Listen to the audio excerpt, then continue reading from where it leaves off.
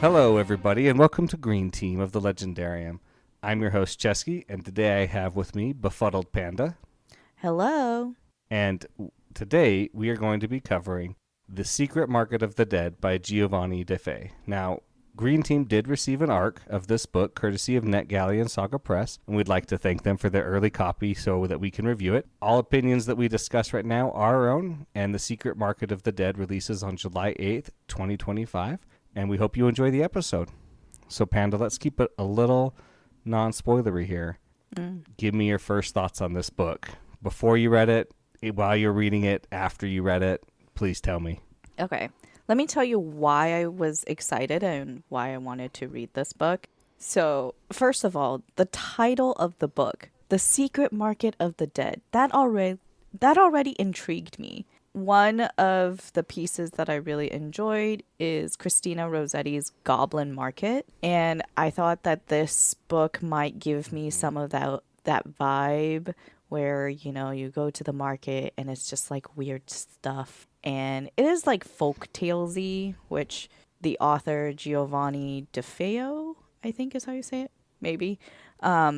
He is a fabulist, meaning he creates and writes fables, and my understanding is he's very much studied folk tales and folklore, and that helped inspired him to write this book. So all of that was very intriguing to me, and they're these twins and they want to be blacksmiths, and then, you know, there's this tension.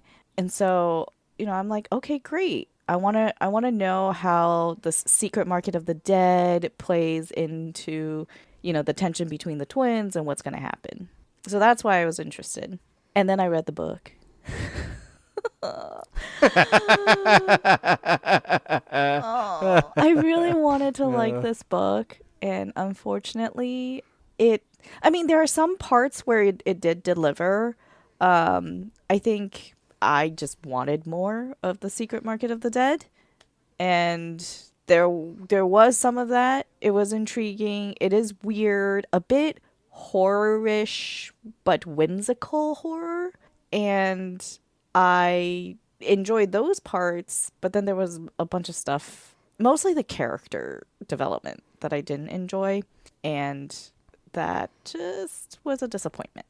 So that's how I feel about this book. Yeah. No worries. I feel very, very similar to how you feel about this book, where, you know, we got the arc and I was really excited because it sounds great and it sounds fun. I think when you say that he's a fabulist and that he makes, you know, fables or studies fables, that actually puts a lot more of like this book into perspective for me. Yeah. That like, okay. I think it helps me understand more about where he's coming from as he's writing this book. Right. And so it makes me see things just slightly differently, where it's like, okay, that's maybe why, you know, like you said, his character work is a little bit weak, is because fables are, you know, typically like strong in character in like one or two regards and then kind of weak in all the other regards. Right. Like you hear a fable and it's not, they struggled with this big decision. They did a thing. Does that make sense? Kind of. I don't know. I think it's more of the balance of the world building, the balance of how much development you give to the character, the main character, and then the development of the side characters. I think it's the side characters where it was the weakest. It's so tough to say who was the weakest in this book. So, keeping it non-spoilery, I'm going to just say that my final kind of mark for this book is a high to 2.8, 2.75. It rounds up to 3 when I'm marking it on websites. But unfortunately, that's kind of what it got for me. It was good. That there were a lot of things I wish I'd gotten more of and a lot of things I'd wish I'd gotten less of. And they just combined to not kind of fulfill what I was looking for in this book. I will say, having read the acknowledgments at the end of the book, I believe that English is not this author's native language. And he does say that, here, let me just pull it up so that I don't get it wrong. He says that for this story to reach you, I had to cast my voice through another language and another culture. So I don't know if that means that, hey, English wasn't his original language, and that kind of contributed to how the story read. No, I can totally see that either way. For the most part, I didn't think the writing problems I had were not sentence level or even paragraph level problems.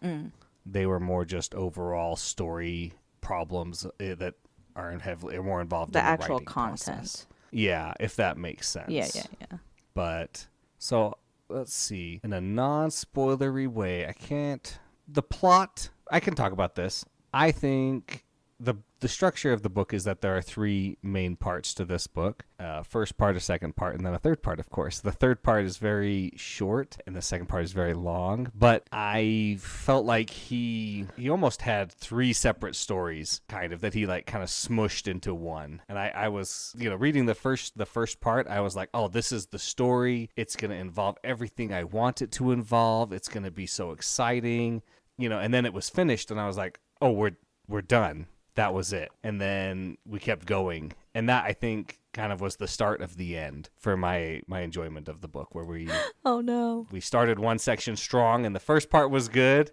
And then, I liked the second part. I'm not, as much as I did, right? I liked it. But I really thought that first section could have been a whole book, and it would have been fantastic if we'd have delved into that and that alone. Yeah, I agree with you. Like, going into the book, I thought what we got in part one would have been, we would have gotten more of it.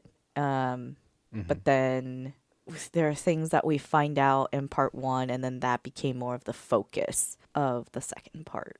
Yeah. And like, I'm glad that he doesn't want to he's not clearly like trying to make it a sequel or a series, right? It's nice that it's just a standalone book. It just didn't quite ring as true as it could have. But I think that's good for our non-spoiler section, unless you have something else you'd like to add to that, Panda. I guess, like, who would you recommend this book to? Ooh, I think this would actually be a pretty good kind of middle grade book, because it does deal a lot with coming into... Well, I think it does, because I think it comes into coming of age decently well. Not perfectly well, but I think they would resonate with the wanting to choose your own path kind of a... Okay, that part I agree with you. Like, because of the age of the protagonist and the, like, thinking process and motivations and the actions that the protagonist takes, you would think it would read like a middle grade. But then there are some really, really dark things. Like, and if it were done really well and handled really well, I would be like, okay, fine, you could give it to a middle grade reader. But because it's a bit clunky, and the character development for the other characters, like her twin, her dad, her mother, some of these things are just not like well explained. I think it would just like be more confusing for the reader, a younger reader. I guess I don't know. See, the problem I'm going with here is that if I hand it to like high schoolers, per se, I don't think they're going to like it because of its clunkiness, right? They're going to see these things that are more obvious and just kind of start to dislike it based on that. But I think if I handed it to a middle schooler or a middle grade kind of age range, I think they would be more willing to look past more these forgiving things and just look more forgiving and just more seeing the story as the story instead of getting hung up on, the things that I, as an adult man, get hung up on or like, that think about. Now, does the horror a little dark? Yeah, maybe, but that just depends so much on the kid reading it and other things like that. It's so tough. That's why I just say in general, I think a middle grade age is more. I would say it's not just the horror part, because I think the horror part actually a middle grader would be fine with. It's more of the like adolescent content where like she however young she is, she's like already being objectified by these like grown ass men. Really, these men. Yeah. You get my point. I don't know. I get your point. It's a really tough topic, and I'm not gonna claim to have a great, personal understanding of any of that kind of a thing. So I will bow to your thoughts on that. but I'm going to just kind of still keep mostly my own thoughts of like who I would even consider handing it off to. You know what I mean? Yeah, I understand. I think it's mostly the if you say, okay, well, this was written in context of the culture and the like times, which I don't even know like when you would set this exactly, but sometime much more in the past than maybe Victorian era, then you could justify like, okay, this is why these men were treating her in this way. Yeah. It's it is what it is. Well, that's our spoiler-free recommendation. If you'd like to listen and hear kind of us talk about this book a little bit more, we're going to kind of delve into what we liked, what we didn't like, Specifics. things that happened, things that shouldn't have happened. We're going to get into some specifics, and if you like my rants, I probably have at least a little bit of a rant in here somewhere. Maybe not a full blown one, but at least a little bit of something. So, Panda, I'm going to start us off. One more thing before we fully dive into spoilers. One comment I will make, and it might be a little spoilery if you've read this other book, but if you haven't, then like you won't really know. Earlier this year, Merlia and I read Water Moon, and that one was like a lot of whimsies, a little bit of horror type thing going on in it too. And for me, the ambiance of that book was what I hoped that the Secret Market of the Dead would also give me. And unfortunately, that didn't happen. And I know there are quite a few people who read Water Moon and didn't really enjoy it, mostly because of people will say like character work and the pacing of it. But I really liked it. So I would just say, go read Water Moon. That's what I was about to say. Is what I'm hearing is I should go read Water Moon to tell me. So let's start with a very brief overview of part 1, part 2, and part 3 now, and then we'll dig into part 1 and see what we have there. Part 1. Okay. Oriana, with her twin Oriano, who has a twin Oriano, not with him, she is tasked by the Amistukiviu, the Duke of the Dark that lies under earth, to retrieve his deep red hammer from the Dream Marquise, which is a cat who has stolen it, and bring it back to him in exchange for a 70-fold mansion, which is a napkin that folds out 70 times into a castle. Part 2, is a bit of a time skip. This is about the apprenticeship of their coming of age. Things have happened. The main gist of this one is that they both want to be the apprentice under their father, the first apprentice. Oriano and Oriana challenge each other. Well, Oriana challenges him through the law to a contest. They go through 3 challenges, and then stuff happens. And then part 3 is Oriana working with the Duke under the earth to forge a ring made of water, which is the final challenge. And then the book ends.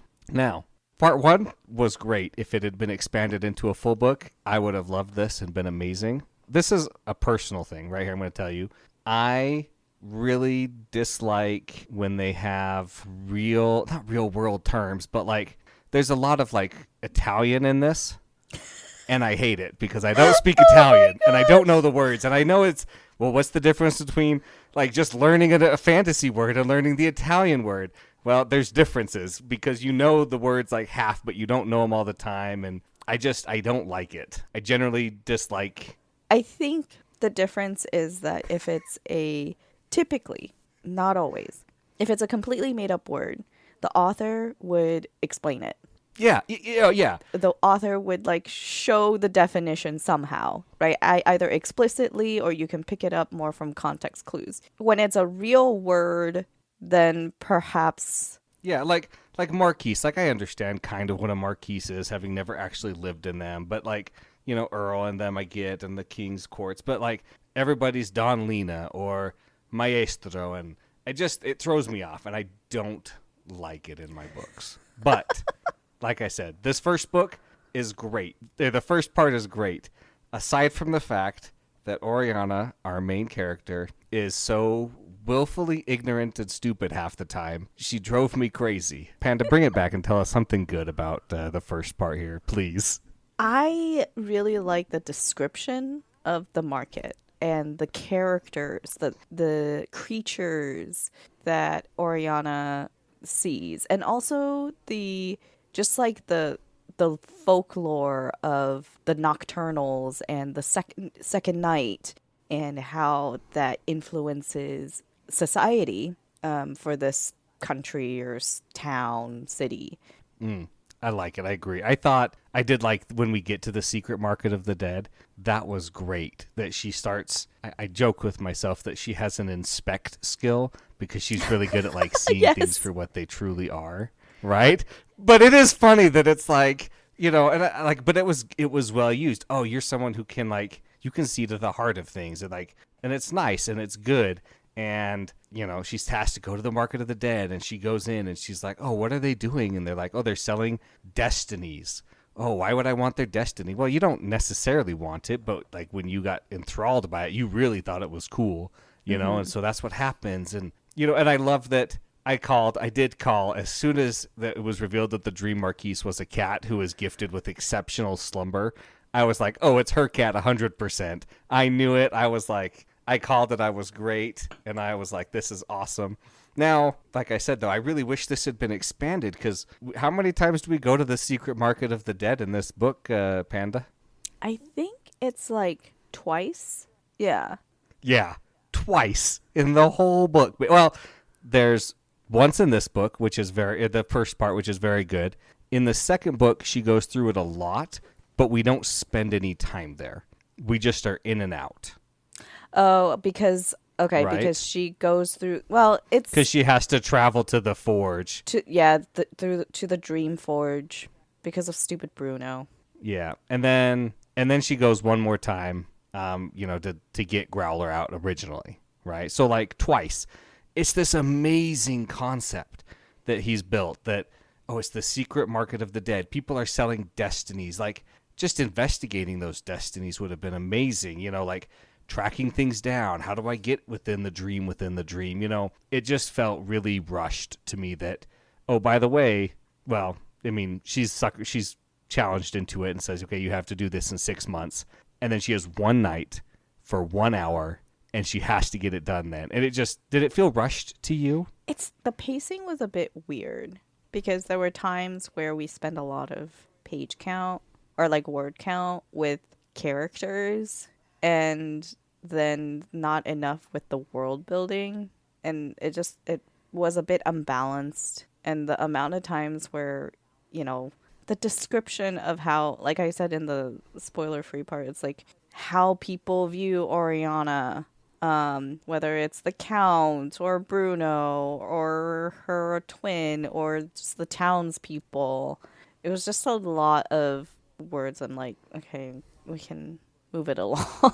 And it's not a long book. Yes. It's not, but there are some things. So this is something else I meant to talk about. We are introduced to this book with a second person narration. I'm going to tell you this story, or you go and do these things, and you talk to a person.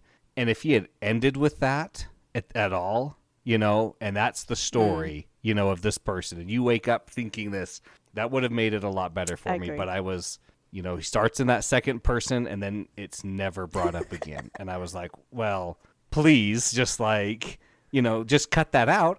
That first page, it didn't do anything for the story. If I had not had it, it would have been better because it wasn't missing at the end. But let's talk about Oriana, who, quote unquote, loves his sister. Yeah. Quote unquote, because he does literally zero things that show he loves his sister. Like, he gets in trouble. His sister saves his life, and he knows it. And then he throws her under the bus that she caused a big ruckus, getting her kicked, locked away, basically. Then she sneaks out, takes his money that he knows is hers, and gives it to her, and then accuses her of, I reread that before this, and I'm like, wow, the first words out of your mouth were an accusation to her. Like, hey, Oriana, you see his blue. Oh, your tongue's blue. You ate the thing I wanted. What? That's your first go-to? I'm sorry. I know that siblings could fight and stuff and be argumentative. Oriana throughout this book displays a lot of not love towards his sister. Well, I think this is what I meant by this is what I meant by like some of the characters are quite weak because we see everything through Oriana's eyes. Like, is she a reliable narrator? The way that Oriano and honestly, a lot of these characters are described. It's like their facial expression was this one thing, and then all of a sudden it was this other thing, and like it was just difficult to really make it feel like these are real characters.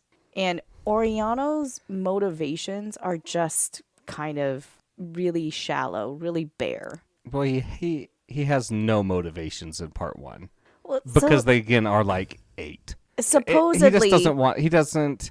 Yeah. Supposedly, I guess you'd have to say. well, supposedly Oriano feels like he is the lesser twin because he's just, a prankster. He likes to cause trouble and he gets away with it.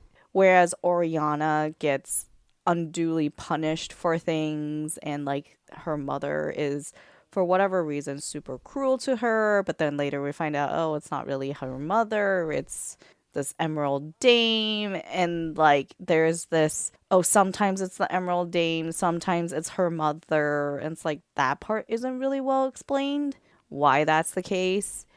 And then we get things like, oh, Oriano, felt sympathy for her sister, but then he goes and makes this decision that goes and harms her. And it's just, it didn't feel realistic to these characters, like what they were going through and supposedly feeling. Yeah, it feels like a lot of characters flip flop. They just they feel I love my sister. Oh, I hate my sister. I love my sister. Oh, I hate my sister. Right. It was a lot of telling. Based on whatever the story. It was a lot of needs. telling and not a lot of showing of the character Yes. development.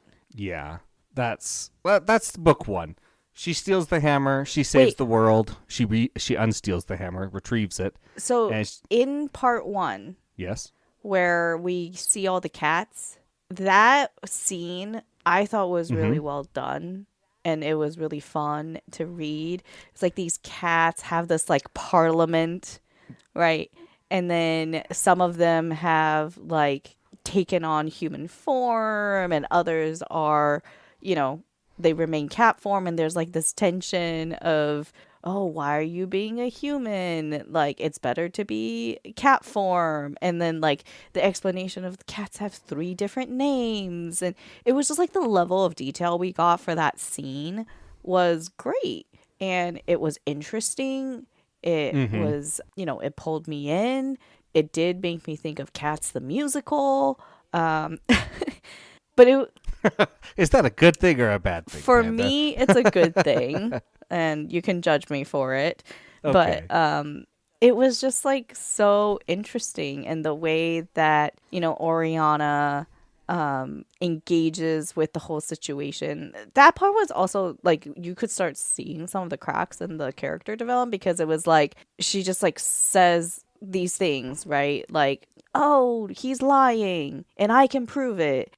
And then we get a little bit about like, okay, but she doesn't actually know how to prove it. Like, but then she says something like really, by the way, truthfully, yeah, she can't and then she prove says it. something really clever, and then like it all works out. And it's just like, where did this come from? It's very, the whole storytelling is very like controlled to be what the point and the like next thing that the author wants to happen.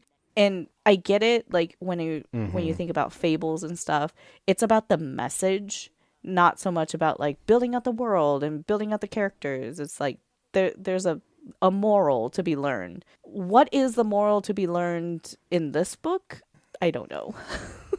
I could tell you what the moral is, but it would be no. I personally think the moral for me is about. It feels like a very women empowerment book, which is good. I'm not opposed to this or anything. I just like she fights to make her own destiny because of her pride. Like I'm going to talk about it in the next section, but she doesn't want to cheat to win her apprenticeship. She wants to win it on her own. She wants to be given a fair shake.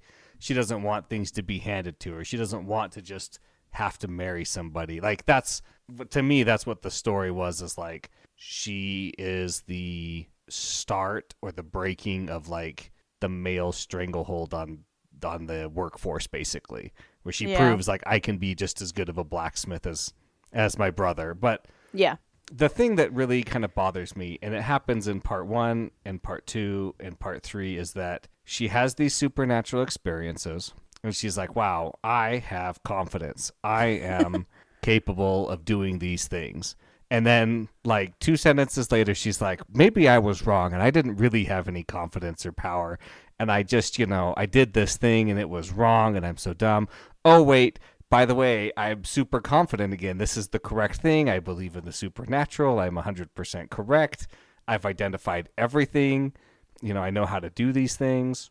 Then she's like, in the third part, she's like, woe is me. I'm so dumb. Maybe I don't have this ability and these cool features that I've had. And I'm like, you literally trained in a dream forge for months, or like weeks. You've literally, you remember stealing the hammer. You literally, like less than a page ago, saw the guy you were with vomiting up shadow horses that directly, or shadow dogs that directly correlated to his dream. And all of a sudden you're like, oh, I forgot. I'm just a hopeless loser again. Like, please stay consistent with it. Either be like, I'm, trying to be better and stronger and maybe not feeling as like the whole time, but accomplishing your goals anyway, or being confident. Yeah. That would be my, I think when I was reading the parts where it was supposed to be like this female empowerment and like, she's trying to break the glass ceiling and she's like inspiring other young women, the next generation of women to, be more like not have to just marry and have kids and be that be your destiny.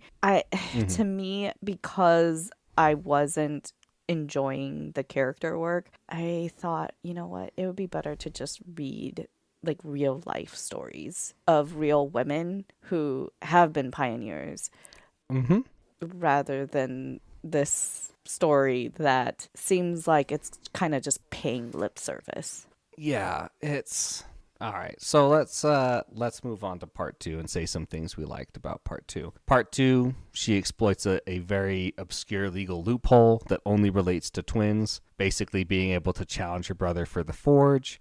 They get 3 contests, and then they have to have training from Bruno. He's supposed to train them the same. Whoever wins, and then they get the forge. And so, of course, Panda, why don't you talk about this for a second, just while I compose myself enough to get through my rant that I can feel coming up in this section of the book. Just my frustration. Like, there was a lot of things I liked. I loved the Dream Forge. Finding the Dream Forge, rescuing Growler. That part was great.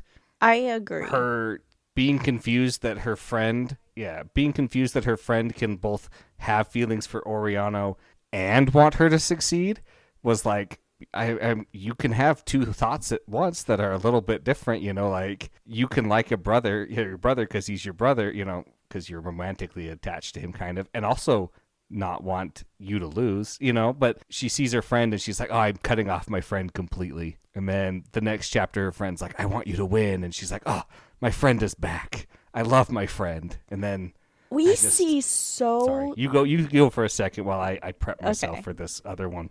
We see so little evidence of like her and Angia building a friendship, because from part 1, we are told that they were good friends, and then her mother starts being really cruel and basically says she can't go outside. She's grounded for months, like for a long period of time, and so then she becomes disconnected with the rest of the town, with Angia, and then yet later on in the book it's like, oh, they're supposed to be like these good friends, yet it doesn't really show it.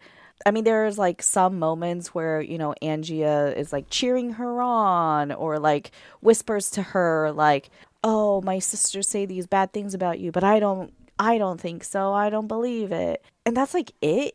And then you see how Oriana feels betrayed because her brother and Angia are like, having this, they're courting.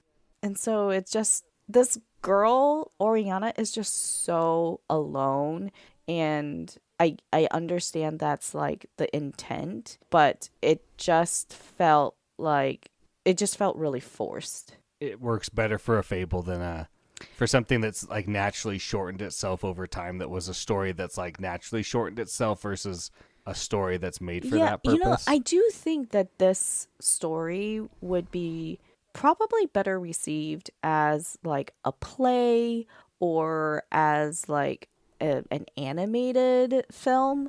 I think there are like so many interesting visual elements and the dialogue and the characters, like, because when you're having to it when you're having a play, you're forced to show more, right? You're forced to show based on character actions, based on character interactions, like the state of what they're feeling, what they're thinking, and their motivations. And I Giovanni is also trained as a storyteller, which I think is more like I was going to say, I think that would like an work better as oral. well. Yeah, Being told out loud.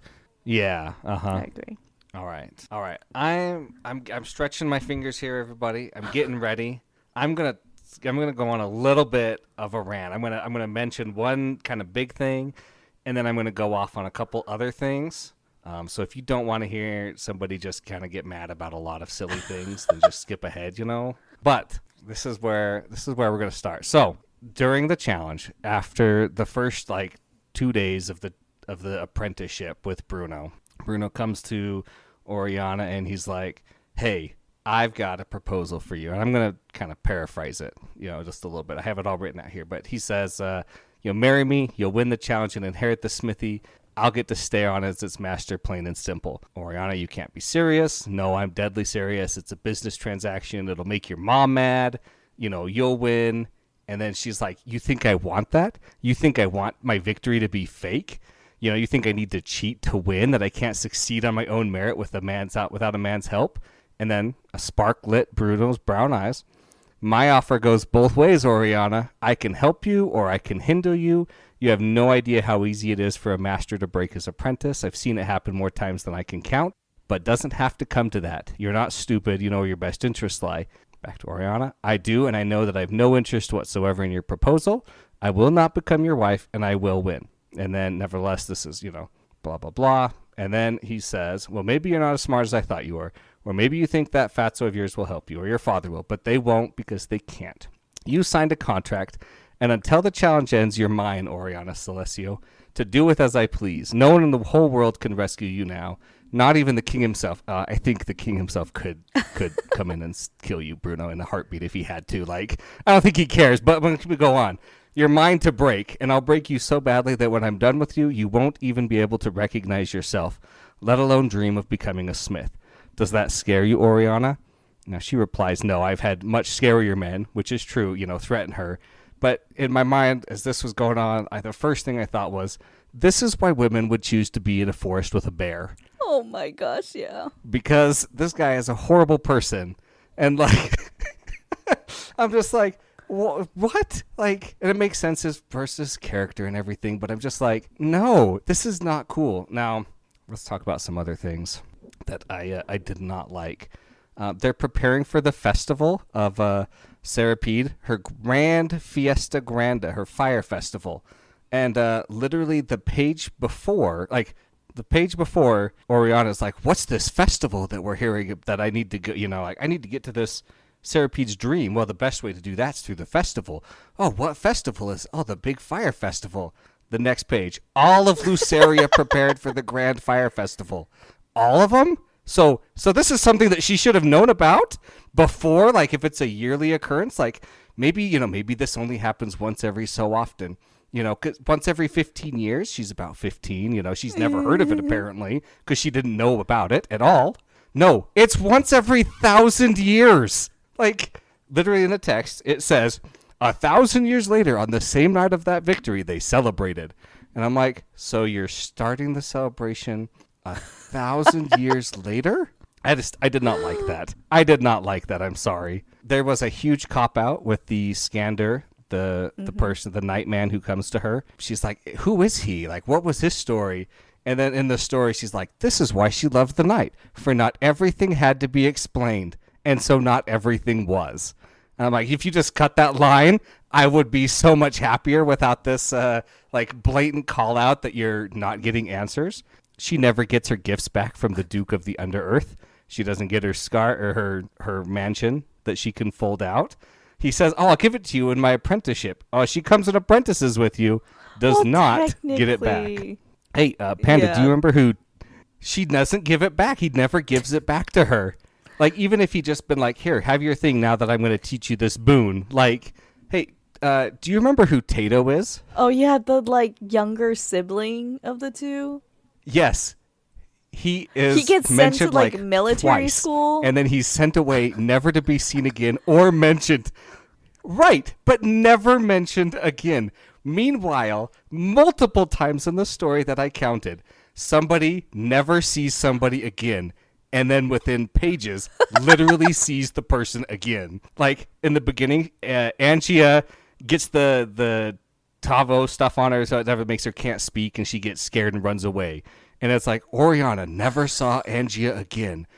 Oriana literally interacts with Angia throughout the entire story. Oriana runs into the forest, and Villa Bueno never saw her again. Literally sees her again.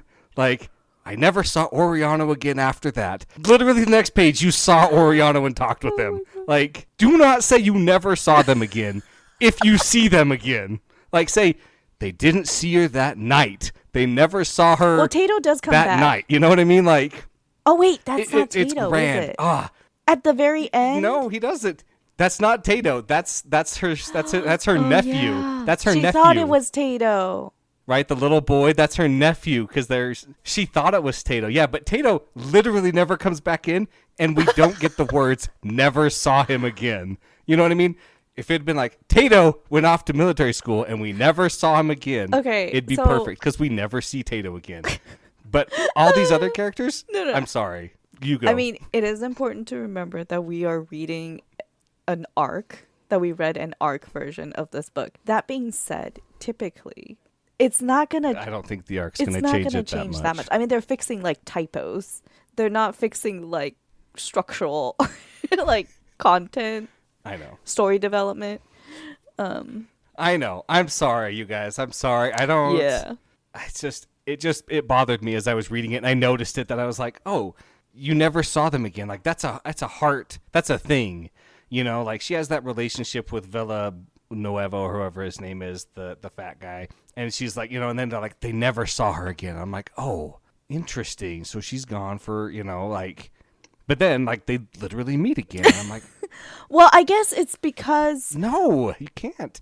Also, shout out to my nemesis, Piranesi. I saw that mentioned, and I got such a cackle out of it because I was like, wait till Cesky reads this part. If you don't know, listeners, Piranesi, Cesky did not like it, and we have an episode on it with him ranting about it. I'm sorry. I've given Susanna Clark many chances, and I just it's just not my style. That's all. And I think that's fair. Okay, rant over. I'm sorry. Yeah. No, I thank you, but I'm thinking like maybe this is not to be read in like one go. Maybe this would be better if, you know, you're like all sitting by a fireplace and, you know, somebody is telling you the story like over the course of several nights and days, and, you know, it feels a bit disjointed in that way. But there are just so many cool, like there are quite a few cool images and like world building elements that I'm just like, the potential that this could have been a great book. Yeah. No, I think part 3 is amazing, but that's because part 3 basically is, hey, you've lost the contest, but you challenged your brother to forge a ring of water. Now you go learn from the Duke of the Underearth how to do that. Yeah. And that part was cool. You know, there's still small problems in it, but like she goes and she finds the water that can, keep a shape, and she gets the coal that can heat the fire the right way, and then she learns. And I was kind of hoping. I mean, it doesn't fit the tone of the book, but from the beginning, they've been hinting strongly that she's going to become a nocturnal of some sort, right, throughout the book. At least to me, it felt like it was kind of obvious. And I'm like, oh, I want this cool, witty back and forth with the Duke and her, right? I want this good relationship that they have. And they have a relationship, but it's very minimal as it's told to us. Right. Well, right? And also, if you... But I agree with what you said earlier, that this would be an amazing play or, a show or something. Like, you could break these up a lot easier and make that fit nicer. And cut out some of the stuff that we don't really need. Yeah. Yeah. The set design takes care of a lot of it. Yeah.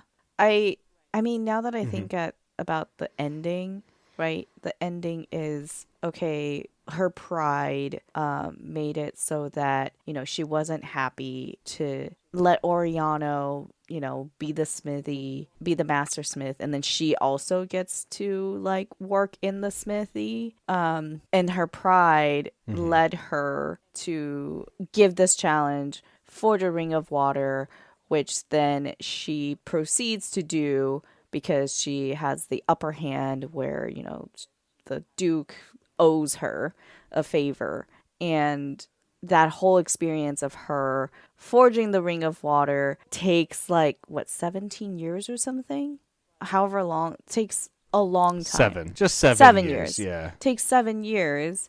And that leads to basically her losing the challenge. She doesn't get the smithy at the end, and she becomes a nocturnal. It's like, is the moral of the story like pride? Like, be careful of your pride? Like, because you were also trying to have this whole female empowerment thing going on. So it was just a bit confusing. I feel like it was I agree. That part makes it a little confusing where it's like, you got what you wanted, but you didn't. And also it was like destined, right? Like, since the beginning, the Duke basically knew like how it was all going to end, and the way that he says it to her, right? Like, is like, yeah, her destiny was, oh, you thought it would end up differently? And she's like, you knew how this was going to end, and you didn't like da da da da. And he's like, yeah. Yeah, he's like, yeah, I did know. You're my most precious tool. And I'm like, well, wait a minute. Like, you haven't explained at all like what she's even going to do for you as a nocturnal. She had to be forged. I thought it was more like, I thought it was going to be like, sorry, go ahead. I thought he was I thought he was going to make her a tool so that she could do more things for him, right? Like, I need you to be this way so that you can go do things for me, I mean, that's what, right? Like, I want you to go back and steal the hammers, and that's basically what he says to her, is like, I needed you to go through all these experiences so that you could basically become the person or the creature you are now. Yeah. Right, but the person she is now has like very little to do with him. She's just another nocturnal that's underneath him. Right? There's not much special about her. I disagree. Her ability, because he specifically says that she is not a slave. She's not his slave. But if she, crosses him and like breaks the rules, then she would become a slave. Right now, how it ends is she is basically his apprentice, which I don't know. What does that really mean? What is she like gonna be? Is she gonna be an apprentice forever? Is that just how her story is gonna end? I don't know. She finished the 7-year apprenticeship though, right? Because that was the thing, is that it was the 7-year apprenticeship basically for both. But it eventually, I mean, she's just like, I guess she just gets to work in his forge. I agree with you that the ending kind of moral is a little tough when you look at it right there. It's harping both on pride, but also like saying like she's good because she has pride and she wants to accomplish her own things. I liked that the Duke makes her imagination stuff, and he's like, I need you for your imagination. You can come up with these crazy things that nobody else can come up with, and then I get to make them.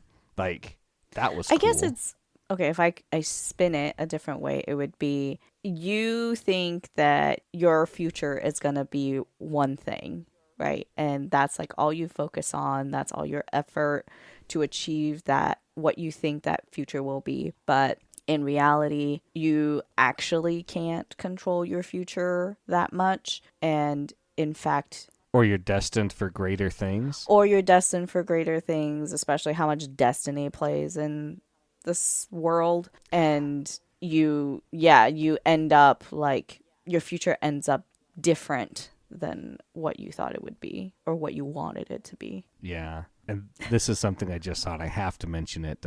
Spoiler for if you like cats, but the cat dies horrifically. Quite sad. Oh. I did not like that scene. Yeah. To me, like, the mother felt just like cruel for cruelty's sake and like for shock value because she wasn't very fleshed out. And then, like, did she actually go to the secret market of the dead and make that exchange really to protect Oriana? Because, like, what, she didn't want Oriana to have a hard life, but then she's the one that makes her life hard. I don't understand the mother. She didn't want her to become, very powerful and live a happy life according to her own desires. The mother is a confusing character where she's my her least traded favorite destiny character. is taking over. Yeah, She's not. I think my least is Oriana, and then probably Mom, and then Oriana. So no, she's not that bad. Our main character. I'm sorry. I feel like I'm really dunking on it, and it's not like there's just things that I saw that I struggled with. But again, okay, it's a basic 3-star book. It's fine. my qualm about this whole twin thing is, I mean, unless both twins came out of the mom at the exact same time, there would have been somebody who was older, even by a few seconds, And you would think, like, it's a super C-section. Yeah. I don't. I agree, though. You're right. Like, that's what I was thinking. I was like, well, one of you had to be first. Yeah. Like, and, like, for a culture that has gone through the trouble of writing these contracts and, like, in such minute detail, you would think that they would have covered that point. Also, I think at the very beginning of the book, it says, like, the twins, they were the same because they're twins. Fact here is that they are fraternal twins, which means they're actually two separate eggs. yeah, that's true. That's true.